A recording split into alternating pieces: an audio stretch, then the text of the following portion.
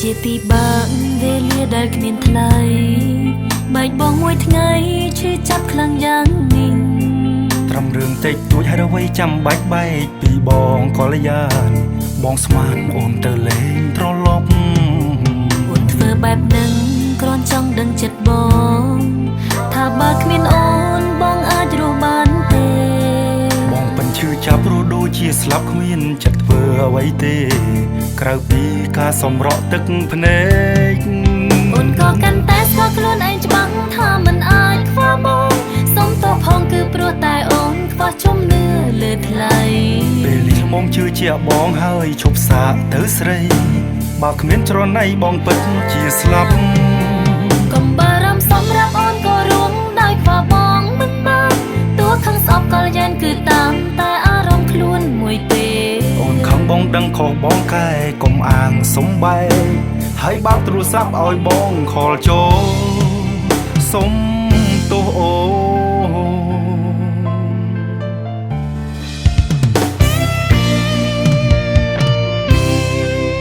ជាពីបាក់វេលាដែលគ្មានថ្លៃ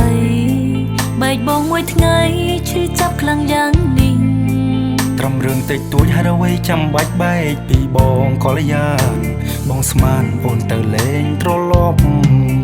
អូនធ្វើបែបនឹងគ្រាន់ចង់ដឹងចិត្តបងថាបើគ្មានអូនបងអាចរស់បានទេបងពិតឈឺចាប់រស់ដូចជាស្លាប់គ្មានចិត្តធ្វើអ្វីទេក្រៅពីការសម្រក់ទឹកភ្នែកអូនក៏កាន់តែស្គាល់ខ្លួនឯងច្បាស់ថាមិនអាចខ្វះបងសុំទោសផងគឺព្រោះតែអូនខ្វះជំនឿលើថ្លៃពេលនេះមុំជឿជាបងហើយឈប់សាកទៅស្រីបើគ្មានច្រណៃបងពិតជាស្លាប់កុំបារម្ភសម្រាប់អូនក៏រួមដោយខ្វះបងមិនបានទោះខឹងស្អប់ក៏យ៉ាងគឺតាមតែអារម្មណ៍ខ្លួនមួយពេអូនខឹងបងដឹងខុសបងកែកុំអាងសំបែក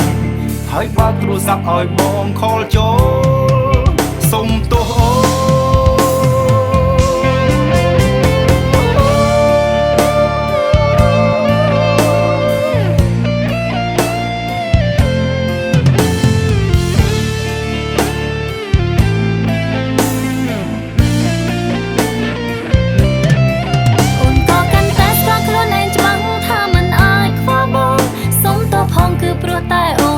ជំនឿលើថ្លៃ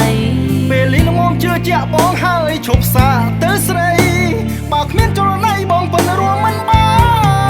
នកុំបារម្ភសម្រាប់អូនក៏រួមដោយខ្វះបងមិនបានទោះខឹងស្អប់ក៏យ៉ាងគឺតាមតែអារម្មណ៍ខ្លួនមួយពេអូនខឹងបងដឹងខុសបងកែកុំអាងសំបែកហើយបើកទូរស័ព្ទឲ្យបងខលចូលសុំ